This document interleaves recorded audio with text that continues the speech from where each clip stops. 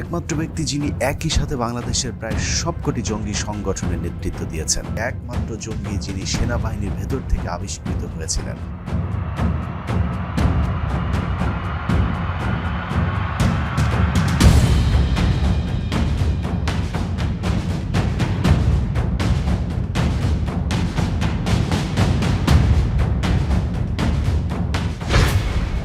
আপনাকে কেন বাইকটাকে বলে দেওয়া হলো যে আপনি ওখানে যাইন না?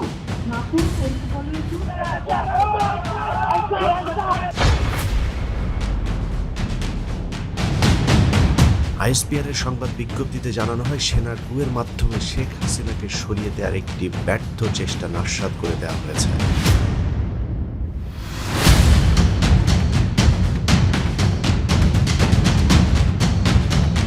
যে পরিস্থিতি ছিল ওই পরিস্থিতির শিকার হয়ে আমি এটা বলতে পারি।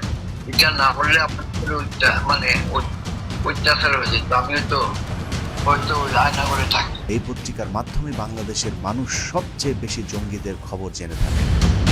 আওয়ামী লীগের পথেই বাংলাদেশকে হাঁটাতে চেয়েছে মতিউর রহমানের প্রথম আলো।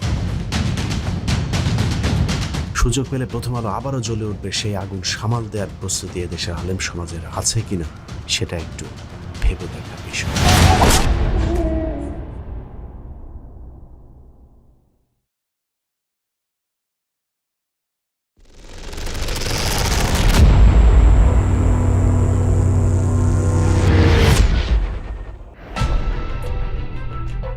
অনুষ্ঠানের শুরুতে একজন ব্যক্তির কথা মনে রাখুন, তার নাম মেজর সৈয়দ মোহাম্মদ জিয়াউল হক।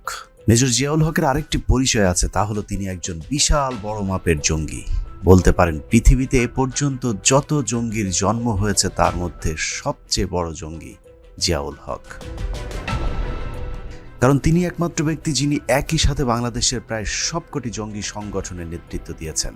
কখনো হিজবুত তাহরির, কখনো আনসারুল বাংলা, আবার কখনো জেএমবি, কখনো আবার আল কায়দা সহ বিভিন্ন আন্তর্জাতিক জঙ্গি সংগঠনগুলোর সাথেও নাকি তার ব্যাপক যোগাযোগ রয়েছে। বাংলাদেশে অন্য জঙ্গিদের সাথে হকের একটা পার্থক্য আছে। এখানে বেশিরভাগ কথিত জঙ্গি মাদ্রাসা থেকে বের হলেও জিয়াউল হক একমাত্র জঙ্গি যিনি সেনাবাহিনীর ভেতর থেকে আবিষ্কৃত হয়েছিলেন। সেনাবাহিনীর অফিসারদের মধ্যে যেসব জঙ্গিরা গোপনে অবস্থান করছিলেন তাদেরও নাকি নেতৃত্ব দিয়েছিলেন মেজর সৈয়দ মোহাম্মদ জিয়াউল হক।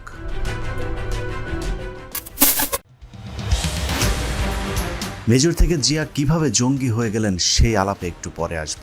আগে বাংলাদেশের একটি নামকরা পত্রিকা সম্পর্কে আপনাদেরকে একটু ধারণা দিয়ে আসি, কারণ আজকের অনুসন্ধানের একটি পক্ষ ওই পত্রিকাটি। এই পত্রিকার মেজর জিয়ার নামের সাথে জঙ্গি খেতাব যুক্ত হওয়ার পেছনে একটা গভীর সম্পর্ক রয়েছে। শুধু মেজর জিয়া নয়, এই পত্রিকার মাধ্যমে বাংলাদেশের মানুষ সবচেয়ে বেশি জঙ্গিদের খবর জেনে থাকেন। জঙ্গিরা মাঠে কার্যক্রম শুরু করবার আগেই এই পত্রিকার অফিস তা জেনে যায়, আর তারা যা জানে সেটাই আইন শৃঙ্খলা বাহিনীকে জানানো হয়। এরপর আইন শৃঙ্খলা বাহিনী ঠিক সেভাবেই কাজ করে যেভাবে এই পত্রিকাটি চায়। আর পত্রিকাটি সেটাই চায় যেটা আমাদের পাশের দেশ ভারত চায়। যে পত্রিকার কথা বলছি তার নাম প্রথম আলো। পত্রিকাটি সম্পর্কে আপনাদের সকলেরই মোটামুটি জানা আছে, কিন্তু আজকে আপনাদের নতুন কিছু তথ্য জানাবো যেভাবে হয়তো এর আগে কখনো চিন্তা করেননি। 1998 সালের 4 নভেম্বর প্রথম প্রকাশিত হয় প্রথম আলো। মাত্র 26 বছরে তারা সবাইকে টপকে গিয়েছে, এমনকি যেসব পত্রিকা তাদের আগে যাত্রা শুরু করেছিল তাদেরকেও। ফেসবুকে তাদের এখন 22 মিলিয়নের কাছাকাছি ফলোয়ার, প্রায় 5 মিলিয়ন ফলোয়ার রয়েছে ইউটিউব চ্যানেলেও। প্রতিষ্ঠার সময় যা কিছু ভালো তার সঙ্গে প্রথম আলো স্লোগানে শুরু হয় পত্রিকাটির যাত্রা। 2008 সালে সেই স্লোগান পাল্টে রাখা হয় বদলে দাও, বদলে যাও। এরপর 2013 সালে পত্রিকাটির 15তম প্রতিষ্ঠা বার্ষিকীতে নতুন স্লোগান নির্ধারণ করা হয়, পথ হারাবে না বাংলাদেশ। এসব স্লোগানগুলো আপনাদের কাছে স্বাভাবিক মনে হলেও প্রথম আলোর প্রতিটি স্লোগানের পেছনে রয়েছে বিশেষ উদ্দেশ্য, ষড়যন্ত্র আর চক্রান্ত। 1998 সালে যা কিছু ভালো তার সঙ্গে প্রথম আলো স্লোগানের উদ্দেশ্য ছিল তৎকালীন আওয়ামী লীগ সরকার ভালো, তার সঙ্গে চলনীতিতে চলবে প্রথম আলো। এরপর পুরো বিএনপি জামাতের শাসন আমলে প্রথম আলো নতুন কোনো স্লোগান আবিষ্কার করেনি। 2008 সালে নির্বাচনের ঠিক আগে প্রথম আলো স্লোগান তোলে বদলে দাও, বদলে যাও। প্রথম আলো সে বদলে দেয়া, বদলে যাওয়ার মানে ছিল বিএনপিকে বদলে আওয়ামী লীগকে ক্ষমতায় নিয়ে আসা। এরপর আবারও 5 বছর একই স্লোগানে চলেছে প্রথম আলো, কিন্তু 2024 সালে নির্বাচনের ঠিক আগে আবারও স্লোগান দেয় পত্রিকাটি তা হলো পথ হারাবে না বাংলাদেশ। এ স্লোগানের উদ্দেশ্য ছিল বাংলাদেশ যে পথে ছিল সেই পথেই হাঁটবে, অর্থাৎ আওয়ামী লীগ সরকারি ক্ষমতায় থাকবে। যে কারণে 2013 থেকে 2024 সাল পর্যন্ত প্রথম আলো আর কোনো নতুন স্লোগান তোলেনি, কারণ আওয়ামী লীগের পথেই বাংলাদেশকে হাঁটাতে চেয়েছে মতিউর রহমানের প্রথম আলো। প্রথম আলো আওয়ামী লীগকে যেই পথে হাঁটাতে চেয়েছে সেই পথ ধরে আমরা আমাদের অনুসন্ধানের শুরুটা করি, যে পথের প্রতিটি পাকে পাকে পাতা আছে প্রথম আলোর তৈরি করা ভয়ঙ্কর সব ফাঁদ। সেই ফাঁদে গেল 15 বছরে কমপক্ষে 50,000 ধর্মপ্রাণ দেশপ্রেমিক মুসলমানকে জেল খাটতে হয়েছে, জীবন দিতে হয়েছে অন্তত কয়েক হাজার মানুষকে। যারাই বাংলাদেশকে ভালোবেসেছে, বাংলাদেশের স্বাধীনতার চিন্তা করেছে, তাদের জন্য 15 বছরের এই দীর্ঘ পথটা ছিল ঘন কালো অন্ধকার এক মৃত্যুপরী। আমরা এই পথের শুরুটা যেখান থেকে হয়েছিল ঠিক সেখান থেকে হাঁটা শুরু করব।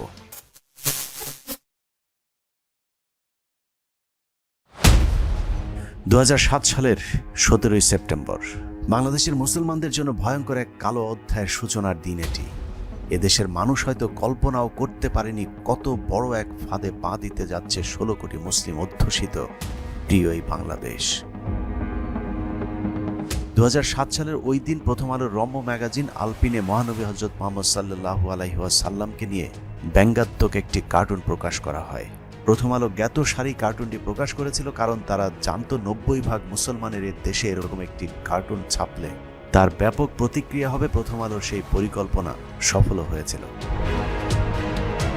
পত্রিকাটির ওই কার্টুনের বিরুদ্ধে সারা দেশে বিক্ষোভে ফেটে পড়েছিল বাংলাদেশের ধর্মপ্রাণ মুসলমানেরা। প্রিয় নবীজির সম্মানে মুসলমানদের সেই ক্ষোভ বিক্ষোভকে বহির্বিশ্বের কাছে ধর্মীয় উন্মাদনা হিসেবে প্রমাণ করার সেই মিশন সফল হয়েছিল প্রথম আলোর। ইসলাম ফোবিয়ায় ভুগতে থাকা পশ্চিমা বিশ্ব প্রথম আলোর সেই ট্যাবলেট ভালোভাবেই গিলেছিল। ডানপন্থীদের উত্থানের পর পরের বছরের নির্বাচনে গোটা পশ্চিমা বিশ্ব ভারতের মনোনীত ইসলাম বিদ্বেষী শেখ হাসিনাকে বাংলাদেশের শাসন ক্ষমতা তুলে দিয়েছিল। 2008 সালের ডিসেম্বরে নির্বাচনের পর 15 বছরের শেখ হাসিনার সরকার মূলত প্রথম আলোর 2007 সালের সেই কার্টুনের ফসল। এখন নিশ্চয়ই প্রশ্ন আসতে পারে 2008 থেকে 2024 সাল আওয়ামী লীগ ক্ষমতায় ছিল, সেখানে প্রথম আলোর কি লাভ? এই প্রশ্নের মাঝেই লুকিয়ে আছে আজকের অনুসন্ধানের সব উত্তর। আমি স্পষ্ট বলতে চাই যে প্রথম আলো পত্রিকা তাদের সামনে,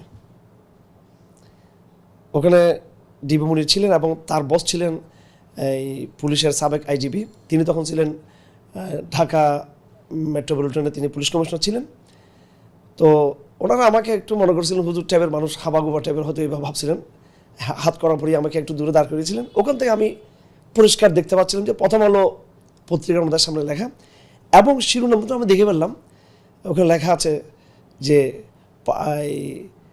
আমেরিকান এমবেসি ও ভারতীয় দূতাবাসে আক্রমণের পরিকল্পনায় চট্টগ্রাম থেকে এই জঙ্গিদেরকে গ্রেপ্তার, একদম হেডলাইন এটা। তো এরপর ধারাবাহিক যে ঘটনা ঘটলো, এই আমাকে রাতের গভীরে জিজ্ঞাসাবাদ করা হতো, বিভিন্ন সম্বন্ধে নিয়ে জিজ্ঞাসাবাদ করা হতো। আমার সাথে আমার স্কুলের আরও 2জন টিচার ছিলেন, কখনো সম্মিলিত কখনো একা একা আমাদেরকে জিজ্ঞাসাবাদ করা হতো। আমার সাথে যেটা করছে সেটা আমি দেখছি যে ওনারা বিভিন্ন জিজ্ঞাসাবাদের সময় বিভিন্ন মিডিয়ার সাথে তারা ফোনে আলাপ করতেন। মূলত রাজনৈতিক দল হিসেবে আওয়ামী লীগ এবং পত্রিকা হিসেবে প্রথম আলো দুটি পরিচালিত হয় ভারতের পরামর্শে। ভারতের জন্য প্রথম আলো এবং আওয়ামী লীগ একটি আরেকটির পরিপূরক।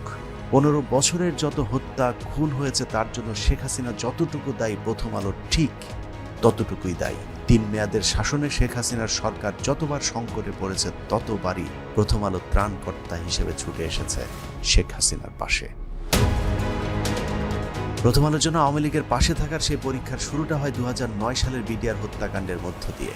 সেই পরীক্ষার শুরু থেকে শেষ পর্যন্ত পুরো সময় জুড়ে আওয়ামী লীগের বিপদের বন্ধু হয়ে পাশে ছিল প্রথম আলো। 2009 সালের 25 ফেব্রুয়ারি বিডিআর হত্যাকাণ্ড নিয়ে তখনও কেউ স্পষ্ট করে কিছু বলতে না পারলেও প্রথম আলো 26 তারিখের পত্রিকায় শিরোনাম করেছিলেন বিডিআর জওয়ানদের বিদ্রোহ। 26 তারিখে সেই পত্রিকাটি প্রিন্ট হয়েছে আগের রাত 12টার আগে। সেই লেখা হয়েছে নিশ্চয়ই তারও কিছুক্ষণ আগে, অথচ প্রথম আলোর প্রথম পৃষ্ঠা জুড়ে সবকটি শিরোনামে বিডিআর জওয়ানদেরকে বিদ্রোহী হিসেবে প্রতিষ্ঠিত করবার চেষ্টা করা হয়েছে। বিদ্রোহী নামে বিডিআর অফিসারদেরকে হত্যা করার এই পরিকল্পনা ছিল অত্যন্ত সুপরিকল্পিত, আর প্রথম আলোর পরিকল্পনা ছিল তার চেয়েও অনেক বেশি নিখুঁত। পত্রিকায় কি শিরোনাম হবে, কোন নিউজ হবে, কারা বিশেষজ্ঞ হিসেবে মতামত দেবেন সবই প্রস্তুত করে রেখেছিল প্রথম আলো। 25 তারিখের ঘটনায় ওই সময় সেনাবাহিনীতে যারা কর্মরত ছিলেন তারাও পরিষ্কারভাবে কিছু বলতে না পারলেও প্রথম আলোতে 26 তারিখের শেষ পাতায় তাৎক্ষণিক প্রতিক্রিয়ার কলামে মেজর জেনারেল অবসরপ্রাপ্ত আজিজুর রহমানের একটি লেখা ছাপা হয়েছিল। ভারতীয় রয়ের এজেন্ট এই আজিজ কোনো ধরনের তদন্ত ছাড়াই বলে দিয়েছিলেন এ বিদ্রোহ পঞ্জীভূত ক্ষোভের বহিঃপ্রকাশ। একই অবস্থা 27 তারিখের পত্রিকার। পরের দিনের পত্রিকাটির শিরোনাম করা হয় অবশেষে আত্মসমর্পণ। আলোচনার মাধ্যমে বিডিআরের 33 ঘন্টার শ্বাসরুদ্ধকর বিদ্রোহের অবসান। সব মিলিয়ে 26শে ফেব্রুয়ারি 2009 থেকে পরের এক মাস জুড়ে প্রথম আলো যে সংবাদ প্রকাশ করেছে তার বিশ্লেষণ করলে দাঁড়ায় বিডিআরের সৈনিক আর সেনাবাহিনীর অফিসারদের মধ্যে অপারেশন ডাল ভাত নিয়ে যে দ্বন্দ্ব ছিল সেটারই বহিঃপ্রকাশ 25 তারিখ বিডিআরের বিদ্রোহ। তারপর থেকে প্রতি বছর 25শে ফেব্রুয়ারি এলেই বিডিআর হত্যাকাণ্ড নিয়ে ফলো আপ নিউজ করেছে প্রথম আলো। সেই নিউজগুলোর প্রতিটাতেই ইনিয়ে বিনিয়ে বোঝানো হয়েছে বিডিআরের সৈনিকরা নৃশংসভাবে অফিসারদেরকে হত্যা করেছে। এর বাইরে দেশ সেরা এই পত্রিকাটির কোনো তথ্য নেই। 2009 থেকে 16 সাল পর্যন্ত প্রতি বছরই প্রথম আলো একই কথা বলেছে। বিডিআর হত্যাকাণ্ড নিয়ে মর্মস্পর্শী মুখরোচক আবেগঘন সংবাদের মাধ্যমে মায়া কান্না দেখালো 7 বছর ধরে বিডিআর হত্যাকাণ্ডের সাথে ভারত জড়িত থাকার খবর প্রথম আলোর সহজ সরল সাংবাদিকদের মাথায় একবারের জন্যও আসেনি। অনুসন্ধানী প্রতিবেদন না করে কৌশলে হত্যাকাণ্ডকে বিদ্রোহ হিসেবে প্রমাণিত করতে ধারাবাহিক চেষ্টা চালিয়েছে মতিউর রহমানের নেতৃত্বে প্রথম আলো। প্রথম আলো যাদেরকে নিয়ে কলাম লিখেন কিংবা প্রথম আলোতে যারা কলাম লিখেন তাদের অন্য কোনো যোগ্যতা না থাকলেও একটি যোগ্যতা থাকতেই হবে, সেটা হলো তাদেরকে ভারতপন্থী বুদ্ধিজীবী হতে হবে। হয়েছে কি ভাই, আমাদের জঙ্গি সংগঠন বা বাংলাদেশটা অস্থিতিশীল করার জন্য সকল প্রচেষ্টা সর্বসময়টা ভারতের, যেই ফর্মেই হোক। জেএমবিটা কিন্তু আপনার ওই যে বলে না, চরমপন্থী দলকে নির্মূল করার জন্য তারা সৃষ্টি হয়। প্রথমে দর্শন ঢুকাই দেয় ভারত যে তুমি এই কাম করো, এবং তার যে এক্সপ্লোসিভগুলি দেওয়া হয়, পাওয়ার জেল, প্রত্যেকটার গায়ে লেখা মেড ইন ইন্ডিয়া। প্রথম আলো এতদিন ধরে যে প্রচেষ্টা চালিয়ে আসছিল ভারতের সেই পরিকল্পনাকে আরও প্রতিষ্ঠিত করতে 2017 সালে জেনারেল মইনুল ইসলামের একটি সাক্ষাৎকার ছাপা হয়। সেনাবাহিনীতে মইনুলকে সবাই জানে একজন পরিচিত ভারতীয় এজেন্ট হিসেবে, যে কারণে বিডিআরের হত্যাকাণ্ডের পরপরই মইনুলকে বিডিআরের ডিজি হিসেবে নিয়োগ দিয়ে সব আলামত নষ্টের দায়িত্ব দেওয়া হয়েছিল।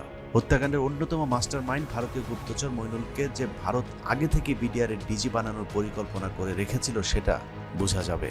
সিপাহী কর্মকর্তায় ব্যবধান ছিল শিরোনামের সাক্ষাৎকারে মইনুলের কাছে প্রথম আলোর একটি প্রশ্ন ছিল, এই হত্যাকাণ্ডের সাথে কি বিদেশি কোনো যোগসূত্র ছিল? সেই প্রশ্নে ভারতীয় চর মইনুল বলেন, বিডিআর হত্যাকাণ্ডের সাথে বিদেশের জড়িত থাকার যে অভিযোগ শোনা যায় তা ভিত্তিহীন। অপারেশন ডাল ভাতের কারণে সৈনিক আর অফিসারদের মাঝে যে দ্বন্দ্ব দেখা দিয়েছিল সেটার কারণেই নাকি বিডিআর বিদ্রোহ হয়েছিল। প্রথম আলো কি প্রশ্ন করবে সেটাও মইনুল জানে, আর মইনুল কি উত্তর দেবে সেটাও প্রথম আলো জানত। মইনুলের মতো প্রমোশন, নারী আর টাকার স্বপ্নে মাতাল হয়ে থাকা অফিসারদের কারণে ভারতীয় চক্রান্ত ভালোভাবেই বাস্তবায়ন করেছিল প্রথম আলো, কিন্তু বাধা হয়ে দাঁড়ায় অন্য আরেকটি দল।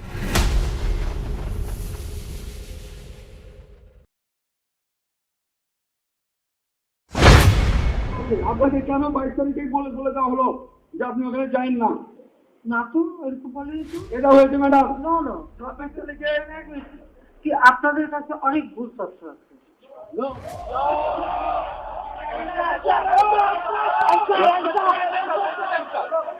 আমি আরেকটা কথা বলতে চাই মাননীয় প্রধানমন্ত্রী, যারা অত্যাচারিত হয়েছে এবং গুলি খেয়ে কখনো বেঁচে ছিল, যদি তৎক্ষণাৎ সেনাবাহিনী এবং এয়ারফোর্স দিয়ে যদি সেখানে অপারেশন চালানো হতো, অনেক গুলিবিদ্ধ অফিসার বেঁচে যেত।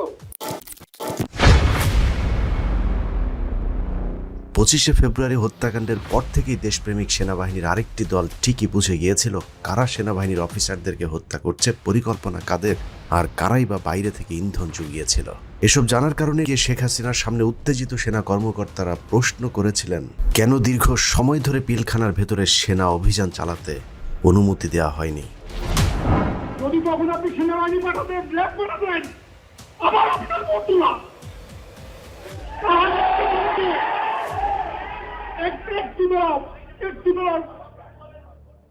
তারা বর্বরভাবে ঢুকেছে আধা ঘন্টা পরে। মাননীয় প্রধানমন্ত্রী, মাত্র প্রথম দিকে 20 থেকে 30 জন সৈনিক হচ্ছে রাইফেল নিয়ে চারিদিকে ঘেরা ছিল, ওদের কাছে লাইভ অ্যামুনিশন ছিল না, ব্ল্যাঙ্ক অ্যামুনিশন দিয়ে ফায়ার করছিল। কিন্তু আমি জানি না কেন আপনার মধ্যে কে বুদ্ধি দিল আপনার সংসদে এটা রাজনীতিক ভাবে সলিউশন করতে হবে, কেন বিদ্রোহের ঘোষণা বিদ্রোহই করতে হবে। চোখে মুখে আগুন জ্বলতে থাকা সেনাবাহিনীর এসব কর্মকর্তাদের রেখে ভারতের পরিকল্পনা যে বাস্তবায়ন করা যাবে না সেটা শেখ হাসিনা সেদিনই বুঝতে পেরেছিলেন, যে কারণে গণভবনে সেদিন যেসব সেনা কর্মকর্তারা হত্যার জবাব চেয়েছিলেন তাদেরকে এক এক করে গুম, খুন কিংবা চাকরি থেকে অব্যাহতি দেওয়া শুরু হয়। এরই মধ্যে দেশপ্রেমিক অফিসাররা বুঝতে পারেন যারা বিডিআর হত্যাকাণ্ডের প্রতিবাদ করেছিলেন তাদেরকে একের পর এক সরিয়ে দেওয়া হচ্ছে সেনাবাহিনী থেকে, আর ভারতীয় রয়ের সদস্যদেরকে তাদের জায়গায় এনে বসানো হচ্ছে। ভারতের এই ষড়যন্ত্র জানার পরই সেনাবাহিনীর কয়েকজন মিলে সিদ্ধান্ত নেন শেখ হাসিনাকে ক্ষমতাচ্যুত করতে না পারলে ভারতের হাত থেকে বাংলাদেশকে বাঁচানো সম্ভব নয়, যে কারণেই দেশের সার্বভৌমত্ব রক্ষার লক্ষ্যে সেনাবাহিনীর ওই অংশটি একটি কূ করার পরিকল্পনা করেন। স্বৈরাচার হাসিনার গেল 15 বছরের দুঃশাসন থেকে বাংলাদেশকে বাঁচানোর সেটিই ছিল প্রথম প্রচেষ্টা। দেশ বাঁচানোর সেই পরিকল্পনার নেতৃত্ব দিয়েছিলেন মেজর সৈয়দ মোহাম্মদ জিয়াউল হক, যার কথা আপনাদেরকে অনুসন্ধানের একদম শুরুতেই কিছুটা বলেছিলাম। অনুসন্ধানের এই অংশে আপনারা জানবেন জিয়া কিভাবে মেজর থেকে জঙ্গি হিসাবে আবির্ভূত হলেন। সে তথ্য খুঁজে বের করতে আমাদেরকে হাঁটতে হয়েছে জটিল সমীকরণের সুড়ঙ্গ ধরে, যেই সুড়ঙ্গের প্রতিটি পদে পদে আমরা প্রথম আলোর দেশবিরোধী সূক্ষ্ম ষড়যন্ত্র খুঁজে পেয়েছি। অত্যন্ত দুরন্তপনা একটা ছেলে, এবং আমার দেখা সুপার হিউম্যান কোয়ালিটি বলতে যেটা থাকে জিয়ার মধ্যে সেটা ছিল। যতদূর আমরা জানতে পেরেছিলাম যে পিলখানার ঘটনার পর 2009 জিয়ার কাছে, সে তখন MI3-তে পড়তো, জিয়ার কাছে এমন কিছু ইনফরমেশন ছিল যে ইনফরমেশনগুলা আমাদের বিগত সরকারকে বিপদে ফেলে দিত। 19 জানুয়ারি 2012 ISPR এর সংবাদ বিজ্ঞপ্তিতে জানানো হয় সেনা কুয়ের মাধ্যমে শেখ হাসিনাকে সরিয়ে দেওয়ার একটি ব্যর্থ চেষ্টা নস্যাৎ করে দেওয়া হয়েছে। ISPR এর দাবি ছিল কতিপয় বিপদগামী অফিসার কুয়ের চেষ্টা করেছিল এবং দেশপ্রেমিক সেনাবাহিনী সেই কু ঠেকিয়ে দিয়েছে। বাংলাদেশ সেনাবাহিনীতে এর আগেও অনেকবার কু হয়েছে, কিন্তু এই ঘটনাটিকে শুরু থেকেই প্রথম আলো জঙ্গি তৎপরতা হিসেবে প্রতিষ্ঠিত করবার চেষ্টা করেছে। কোনো তথ্য প্রমাণ ছাড়াই কুয়ের নেতৃত্বে থাকা মেজর জিয়াকে প্রথম আলো তাদের প্রতিটি সংবাদে জঙ্গি হিসেবে উল্লেখ করেছে। প্রথম আলোর সবশেষ মেজর সৈয়দ জিয়াউল হককে নিয়ে করা সংবাদগুলো যদি পর্যালোচনা করা যায় তাহলে দেখা যাবে প্রথম আলো পত্রিকাটিতে প্রকাশিত প্রতিটি সংবাদে মেজর জিয়ার নামের আগে জঙ্গি শব্দটি লেখা হয়েছে, অথচ কথিত পেশাদার একটি পত্রিকা জঙ্গি শব্দটি লিখতে দাড়ি, কমা, কোলন, সেমিকোলন কিংবা কোট আনকোট কোনো চিহ্ন ব্যবহার করেনি।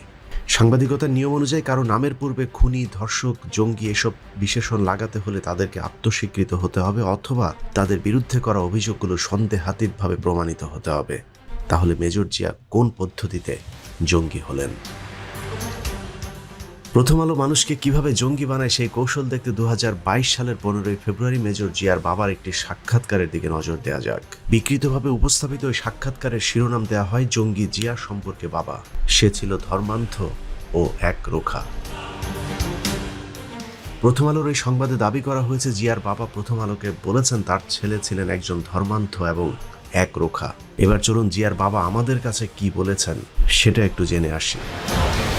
আপনি বলছেন যে জিয়া হচ্ছে একরোখা এবং ধর্মান্ধ ছিল, এই বক্তব্যগুলি আপনি কোন পরিস্থিতিতে দিচ্ছেন?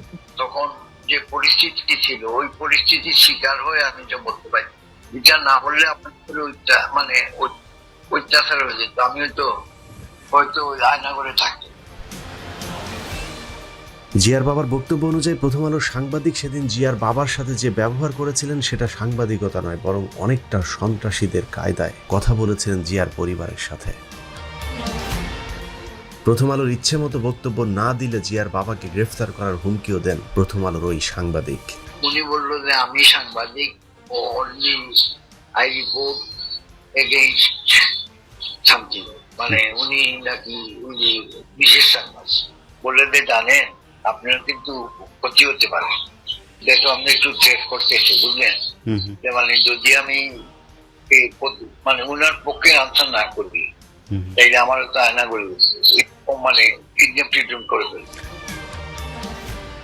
মেজর জিয়াকে জঙ্গি বানাতে প্রথম আলো জিয়ার বাবাকে কয়েকটি প্রশ্ন করেছিলেন। তার মধ্যে একটি হলো জিয়া কবে থেকে নামাজ শুরু করেছেন, আর দ্বিতীয়টি জিয়া কয়টি বিয়ে করেছিলেন। প্রথম আলোর কাছে তথ্য ছিল মেজর জিয়ার প্রথম স্ত্রী ক্যান্সারে মারা যাবার পর তিনি দ্বিতীয় বিবাহ করেন। পত্রিকাটির সংজ্ঞা অনুযায়ী নামাজ পড়া এবং দ্বিতীয় বিবাহ করাটাই একজন মানুষকে জঙ্গি বলার জন্য যথেষ্ট। প্রথম আলোর পক্ষ থেকে মেজর জিয়ার বাবার কাছে ওই দিন যিনি বক্তব্য আনতে গিয়েছিলেন তার নাম শেখ সাবিহা আলম। গণজাগরণ মঞ্চের প্রোডাক্ট সাবিহা মেজর জিয়ার বাবাকে রাগ ঢাক না রেখেই সরাসরি বলেছিলেন প্রথম আলোতে তিনি কোনো সাধারণ রিপোর্টার নয়, তাকে বিশেষ বিশেষ কাজে দায়িত্ব দেওয়া হয়।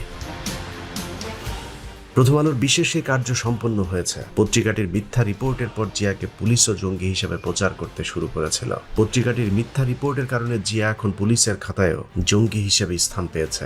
সেই থেকে প্রায় 12 বছর ধরে খোঁজ নেই কথিত জঙ্গি জিয়াউল হকের। প্রথম আলোর একটি মিথ্যা সংবাদে তছনছ হয়ে গিয়েছে জিয়াউল হক আর তার পরিবারের পুরো জীবন। অথচ প্রথম আলোর মাধ্যমে জঙ্গি হবার আগ পর্যন্ত কি এক বর্ণাঢ্য জীবন ছিল মেজর সৈয়দ জিয়াউল হকের।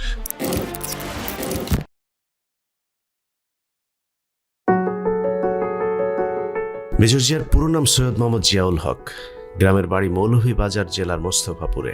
শিক্ষা জীবনের শুরু মৌলভীবাজারের ঐতিহ্যবাহী বিদ্যাপীঠ the Flowers KG and high স্কুলে। এরপর পরিবারের সাথে ঢাকায় এসে উত্তরার Holy Child School and College থেকে এসএসসি পাশ করেন।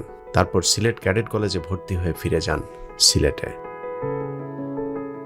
ছাত্র জীবনে জিয়া পড়তেন কম, কিন্তু এসএসসি এইচএসসিতে মেধা তালিকায় স্থান করে নিয়েছিলেন মেধাবী এই সেনা কর্মকর্তা। ছিলেন সিলেট ক্যাডেট কলেজের সেরা অ্যাথলেট। বন্ধু হিসেবেও ছাত্রদের মাঝে ছিলেন তুমুল জনপ্রিয়। মেজর জিয়া শ্রেষ্ঠ একাডেমিক পুরস্কার, ডক্টর কুদরতি খোদা গোল্ড মেডেল এবং বেস্ট ফায়ারার হিসেবেও পেয়েছিলেন পদক। বিএমএতে তিনি ছিলেন ব্যাটালিয়ন সিনিয়র আন্ডার অফিসার, যা প্রশিক্ষণরত ক্যাডেটদের মধ্যে সবচেয়ে বড় দায়িত্ব। পিটি ড্রিল ফায়ারিং সহ সব শাখায় সর্বোচ্চ নাম্বার পেয়ে বাংলাদেশ মিলিটারি একাডেমিতে তিনি হয়েছিলেন সবার মাঝে সেরা। এছাড়া বিএমএতে মেজর জিয়াউল হকের ছিল 4 মিনিট 43 সেকেন্ডে 1 মাইল দৌড় প্রতিযোগিতা শেষ করার এক দুর্দান্ত রেকর্ড, যা ওই সময় পর্যন্ত বিএমএতে কারো ছিল না। Major Ziaul Haq junior command and staff কোর্সেও প্রথম হন। যদিও ওই কোর্সে আরো 2-3টি লং কোর্সের প্রথম সারির অফিসাররা ছিলেন, জিয়া সেই কোর্সে রেকর্ড ব্যবধানে প্রথম স্থান অধিকার করেছিলেন। Major Jia was outstanding officer of 21st long course. He was sword of honor. খুঁজে খুঁজে দেখলাম একটা 3 জন ক্যাপ্টেনের পেলাম, তারা হলো আর্মিতে তাদের ক্যাপ্টেন হিসাবে বেস্ট ক্যাপ্টেন। এক নম্বরে হলো ক্যাপ্টেন জিয়া। ক্যাপ্টেন জিয়া এমন এমন ইন্টেলিজেন্ট অফিসার, যে সময়ে কম্পিউটার আর্মিতে চালুও হয় নাই, সে সময় হি ওয়াজ এক্সপার্ট ইন আইটি এবং আইটি এক্সপার্ট ছিল এবং আউটস্ট্যান্ডিং ব্রিলিয়ান্ট। আইকিউ তার ছিল টপ লেভেলের আইকিউ। তো আমি জিওসি কে নাম দিলাম, স্যার আপনি সিলেক্ট করেন এখান থেকে। জিওসি 1 নম্বরটা টিক করে দিলেন, জিয়াকে আনা হলো ডিভিশন হেডকোয়ার্টারে। তো ডিভিশন হেডকোয়ার্টার স্টাফ হিসেবে I had and everybody had very good relation. General ইয়েও বলতে পারবেন এখন, আমি যার নাম বললাম, হ্যাঁ উনিও বলতেন, উনি তো ওনার ডাইরেক্ট আন্ডারে ছিলেন এই ক্যাপ্টেন জিয়া। আর কাজ কর্ম এত সুন্দর, এত গোছালো, যে একজন সামরিক অফিসার যেটা হওয়া উচিত। জীবনের সব ক্ষেত্রে প্রথম হওয়া সেই মেজরকে জঙ্গি হিসেবে প্রচার করতে থাকে প্রথম আলো। কোনো তথ্য প্রমাণ ছাড়া প্রথম আলো এমনিতেই একজন নিষ্পাপ মেধাবী অফিসারকে জঙ্গি বলে চালিয়ে দেবে, এটা কোনো স্বাভাবিক ঘটনা না। মূলত পিলখানা হত্যাকাণ্ডকে কেন্দ্র করে সেনাবাহিনীর ভেতরে যে চরম অস্থিরতা কাজ করছিল, তখন সরকার পাল্টা কুয়ের শঙ্কা করছিল। বিদ্রোহী ওই অংশটি যেন আন্তর্জাতিক সমর্থন না পায়, সে কারণেই দেশপ্রেমিক সেনাবাহিনীর ওই অংশটিকে জঙ্গি তকমা দিয়ে আন্তর্জাতিকভাবে কট্টরপন্থী ইসলামিস্ট হিসেবে প্রতিষ্ঠিত করা হয়। যত রকমের জঙ্গিবাদের অপকর্মের পরিকল্পনা কারী হিসেবে তাকে একটা কাগজে কলমে একটা চরিত্র ক্রিয়েট করেছে আমাদের গোয়েন্দা বাহিনী, এবং সব কিছুর বিরুদ্ধেই পিছনেই তাকে বলা হয় যে জিয়া এগুলো করছে। এক্সট্রিমলি সে একজন আপরাইট অফিসার, সে তার কোর্সের first sword of honour, 40/41 long কোর্সের অফিসার, পদাতিক বাহিনীর অফিসার। সে সেনাবাহিনী ম্যাটেরিয়াল, মানে সে সেনাবাহিনীর প্রধান ম্যাটেরিয়াল। সে ভবিষ্যতে যদি থাকতো তাহলে হয়তো ওই দৌড়ে থাকতো, ওয়ান অফ দি জেনারেল। ভারতের প্রযোজনায় প্রথম আলোর সফল জঙ্গি নাটকের মধ্য দিয়ে ক্যান্টনমেন্টের দেশপ্রেমিক সেনাবাহিনীর অংশটিকে নিস্তব্ধ করে দেওয়া হয়। কিন্তু প্রাথমিকভাবে বিডিআর হত্যাকাণ্ডকে ধামাচাপা দেওয়া সম্ভব হলেও পিলখানা ট্র্যাজেডি, 5 মের গণহত্যা থেকে শুরু করে আলেমদের উপর নির্যাতন সহ নানা কারণে সরকারের প্রতি জনগণের ক্ষোভ বাড়তে থাকে, যার বিস্ফোরণ হয় 2012-13 সালে সংগঠিত সিটি কর্পোরেশন সহ স্থানীয় নির্বাচনগুলোর ফলাফলে। সবগুলো সিটি কর্পোরেশন নির্বাচনের পর আওয়ামী লীগ বুঝতে পারে আসন্ন জাতীয় নির্বাচনেও তাদের ভরাডুবি সুনিশ্চিত। কিন্তু আওয়ামী লীগ ক্ষমতা থেকে সরে গেলে বিডিআর হত্যাকাণ্ড সহ ভারতের সব পরিকল্পনা ফাঁস হয়ে যাবে। সে কারণেই হাসিনাকে ক্ষমতায় রাখার নতুন ষড়যন্ত্র শুরু করে ভারত, আর সেই ষড়যন্ত্রেও ভারতের পাশে এসে দাঁড়ায় মতিউর রহমানের প্রথম আলো। পুরাতন বন্ধুকে দিয়ে পুরাতন কৌশল কাজে লাগায় ভারত। 2013 সালে প্রথম আলো আবারও শুরু করে জঙ্গি খেলা। 2007 সালে সেই পুরাতন অস্ত্র আবারও নতুন করে কাজে লাগায় পত্রিকাটি। 2014 সালের জাতীয় নির্বাচনের আগের বছর 2013 সালের 11 মার্চ প্রথম আলো রস আলো ম্যাগাজিনে পবিত্র কোরআনের সূরা লোকমানের 27 নম্বর আয়াতের বিকৃত করে মহানবী সাল্লাল্লাহু আলাইহি ওয়াসাল্লামকে নিয়ে কটূক্তি করা হয়। 2007 সালের মতো আবারও ধর্মপ্রাণ মুসলমানদের একটি অংশ ক্ষোভে ফেটে পড়েন। প্রথম আলো ঠিক যেমনটি চেয়েছিল তেমনটি ঘটেছে। দাড়ি টুপি ওয়ালাদের ইসলামের প্রতি এই ভালোবাসা পশ্চিমাদের ভালো লাগেনি। তার সাথে 2013 সাল জুড়ে একের পর এক বানোয়াট জঙ্গি বিরোধী সংবাদ প্রচারে ব্যস্ত ছিল পত্রিকাটি। আপনি যদি প্রথম আলোর জঙ্গি নিয়ে সংবাদগুলো পর্যালোচনা করেন তাহলে দেখবেন প্রতিটি নির্বাচনের আগেই জঙ্গিদেরকে নিয়ে প্রথম আলো রকমারি সব সংবাদ ছড়াতে থাকে। 2013 সালেও তার ব্যতিক্রম হয়নি। প্রথম আলো শিরোনামগুলোতে নতুন নতুন জঙ্গি, দেশে আবারও জঙ্গি, ভয়ঙ্কর জঙ্গি কিংবা দেশে সাদা কালো জঙ্গি সহ নানান ধরনের মুখরোচকর সব সংবাদ পরিবেশন করতে থাকে। পশ্চিমারাও এসব গিলেছে, যে কারণে আওয়ামী লীগের অধীনে বিনা ভোটের একটি সরকার ক্ষমতায় আসার পরেও পশ্চিমাদের কাছে বৈধতা পেয়েছে। 2014 সালে নির্বাচনের পর 2 বছর প্রথম আলোতে আর নতুন কোনো জঙ্গি দলের খবর পাওয়া যায়নি। 2 বছর পর হলি আর্টিজেন দিয়ে প্রথম আলো ভারত আর আওয়ামী লীগের যৌথ প্রযোজনায় জঙ্গি খেলার আবারও শুরু হয়। প্রথম আলো সেই খেলাতে নিবরাজ সহ বেশ কয়েকজন নিষ্পাপ মানুষের জীবন গিয়েছে। সরকারের সফল জঙ্গি নাটকের পর 2017 থেকে 2018 সালে নির্বাচনের আগ পর্যন্ত ধারাবাহিকভাবে চলেছে প্রথম আলো নিজস্ব উৎপাদিত কথিত জঙ্গিদের উৎপাত নিয়ে মন গড়া সব সংবাদ। জঙ্গি খেলায় সরকার মাঝে মধ্যে বিরতি দিলেও প্রথম আলো সরকারকে দৌড়ের উপর রাখতে বিভিন্ন সময় সংবাদে শিরোনাম করেছে জঙ্গি দমনে আত্মতৃপ্তির সুযোগ নেই। সরকারের পক্ষ থেকে বাংলাদেশে আইএসআই জঙ্গির কোনো অস্তিত্ব নেই বলার পরেও প্রথম আলো তা মানতে নারাজ। সরকার কেন অস্বীকার করেছে তার জন্য সরকারের মন্ত্রী এমপিদের সমালোচনায় লিপ্ত ছিল প্রথম আলো। যেভাবেই হোক আইএসআই কিংবা তালেবানদের সাথে বাংলাদেশের আলেমদের একটা যোগসূত্র আছে, সেটা চেষ্টা করার জন্য প্রথম আলোর চেষ্টা ছিল প্রাণান্তকর। এভাবে পশ্চিমাদেরকে জঙ্গি জুজুর ভয় দেখিয়ে 2018 সালে দিনের ভোট রাতে করেও দিব্যি সরকার গঠন করেছে আওয়ামী লীগ। সবশেষ 2024 সালের আগে 2023 সালেও আওয়ামী লীগকে ক্ষমতায় আনতে প্রথম আলো জঙ্গি ট্রাম্প খেলেছে। 2023 সাল জুড়ে প্রথম আলো আবারও বাংলাদেশে জঙ্গিদের উত্থান বুঝাতে নানা ধরনের আজগুবি সংবাদ পরিবেশন করতে থাকে। জঙ্গি গোষ্ঠীর কেন হঠাৎ আবির্ভাব, দোষটা কার, এই শিরোনাম দিয়ে 2023 সালের শুরুটা হয় প্রথম আলোর। তারপর পুরো বছর জুড়ে চলেছে জঙ্গিদেরকে নিয়ে নানান ধরনের মিথ্যা বানোয়াট সংবাদ। কোথাও বলা হয়েছে দেশে নতুন জঙ্গি সংগঠন, কোথাও আবার আল কায়দা পন্থী বাংলাদেশে জঙ্গিদেরকে নিয়েও দুশ্চিন্তায় ছিল প্রথম আলোর মতিউর রহমান গঙেরা।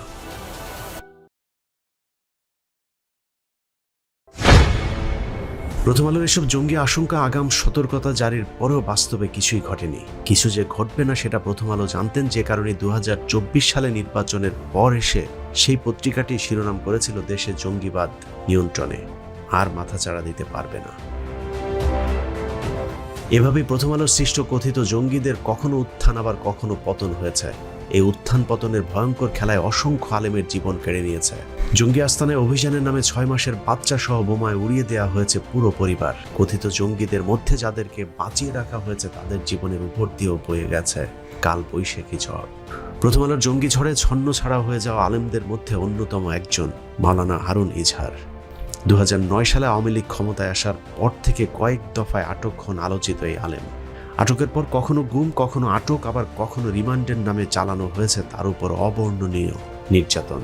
সবচেয়ে ভয়ঙ্কর বিষয় হলো তার গুম হয়ে থাকার ওই সময়টাতে বিভিন্ন সংস্থা তাকে যখন জিজ্ঞাসাবাদ করত, সেই সময় সব ক্ষেত্রে প্রথম আলোর একজন সাংবাদিক সরাসরি কিংবা টেলিফোনে যুক্ত থাকতেন। আর প্রথম আলোর সাংবাদিক যেটা প্রশ্ন করতেন সেটাই স্বীকারোক্তি হিসাবে বিভিন্ন সংবাদ মাধ্যমকে জানাতো আইনশৃঙ্খলা বাহিনীগুলো। হারুন ইজহারের মতো ঠিক একইভাবে অসংখ্য আলেমকে নির্যাতন করেছে শেখ হাসিনার ইসলাম বিদ্বেষী সরকার, যে সরকারের পুরোটা সময় জুড়ে পাশে ছিল প্রথম আলোর মতিউর রহমান। অনুসন্ধানে আমরা যতজন আলেমের সাথে কথা বলেছি সকলকেই ধরে নিয়ে জোর করে জবানবন্দি নেওয়ার চেষ্টা করা হয়েছে। অবর্ণনীয় নির্যাতনের পরেও যারা স্বীকারোক্তি দেয়নি তাদেরকে মন গড়া গল্প কাহিনী সাজিয়ে জঙ্গি হিসেবে প্রচার করেছে প্রথম আলো। আমাকে গ্রেপ্তারের পরে যে বিভিন্ন বিষয়ে নির্যাতন করা হয়েছে তার মধ্যে একটি গুরুত্বপূর্ণ বিষয় ছিল মেজর জিয়া। মূলত মেজর জিয়াকে এটা আমার আদৌ জানা নেই, কখনো তার সাথে আমার পরিচয় হয়নি, দেখাও হয়নি, কিন্তু প্রচার করা হলো মেজর জিয়ার সাথে আমার সম্পর্ক আছে, আমার মাধ্যমে সে জঙ্গি হয়ে গেছে। আমার মনে হয় শেখ হাসিনার রোষানলে যারাই পড়ে তাদেরকে সে কোনো না কোনোভাবে ধ্বংস করার পায়তারা করে। বিডিআর বিদ্রোহের নামে যে সকল সেনাবাহিনীর কর্মকর্তা অফিসারগণ হাসিনা বিরোধী ছিল তাদের হত্যা করা হয়। এরপরেও যারা থেকে যায় মূলত তাদের জন্যই এই জঙ্গি তকমা আঁটা হয়। গেল 15 বছরের শাসনামলে নির্যাতনের শিকার সব আলেমের গল্পটা প্রায় একই রকম। আমি আসলে ওই সময় 164 বাস্তবতা সম্পর্কে আমার এতটা জানা ছিল না। আমি পরে যখন জেলখানায় গিয়েছি তখন শুনেছি যে 164 কারণে একজনের ফাঁসি বা একজনের যাবজ্জীবন এরকম হয়ে যেতে পারে। আর বাস্তবে ওইখানে কি লিখেছে এটা আমাকে পড়ারও সুযোগ দেয় না, আমি পড়তেও পারিনি। ঠিক আছে, শুধু আমাকে আসার আগে কাউন্টার টেররিজমের এডিসি ইমরান সে শিখিয়ে দিয়েছে, বলবেন TNT কলোনি থেকে আপনাকে অ্যারেস্ট করেছে। আমি আরো 4-5 জনকে নাশকতা করার উদ্দেশ্যে একত্রিত হয়েছি। দুপুর 12টার সময় পিচডালা রাস্তার কাছে একত্রিত হয়েছে। গোপন তথ্যের সূত্র সংবাদ পেয়ে তারা আমাকে সেখানে ধরতে গিয়েছে, বাকিরা পালিয়ে গেছে, আমি ধরা পড়ে গেছি। মিথ্যা জঙ্গি সম্পৃক্ততার অভিযোগে যেসব আলেমদেরকে আটকে রাখা হয়েছিল তাদের অধিকাংশই ছাড়া পেয়েছে, অথচ আবারও ঝড় এলে তার মোকাবেলার প্রস্তুতি নেই আলেমদের। প্রথম আলো, ডেইলি স্টার সহ যেসব সংবাদ মাধ্যমে দেশের দাড়ি টুপি পড়া বিপজ্জনক করে তুলেছিল তাদের বিরুদ্ধে আলেমদের পক্ষ থেকে এখনো কোনো মামলা করা হয়নি। ডিবি, এসবি, সিআইডির পাশাপাশি কাউন্টার টেররিজম, সিটিটিসি সহ পুলিশের যেসব সংস্থার সদস্যরা আলেম নির্যাতনের সম্পৃক্ত ছিল তাদের বিরুদ্ধে এখনো আলেমদের পক্ষ থেকে চোখে পড়ার মতো কোনো তৎপরতা দেখা যাচ্ছে না। আলেমদেরকে মনে রাখতে হবে প্রথম আলো আর ইসলাম একসাথে চলতে পারে না। মতিউর বাহিনী এখন নিশ্চুপ হয়ে থাকার মানে তারা থেমে যায়নি, তারা আবারও প্রতিশোধ নেওয়ার প্রস্তুতি নিচ্ছেন। সুযোগ পেলে প্রথম আলো আবারও জ্বলে উঠবে, সেই আগুন সামাল দেওয়ার প্রস্তুতি এদেশের আলেম সমাজের আছে কিনা সেটা একটু ভেবে দেখার বিষয়। আল্লাহ হাফেজ।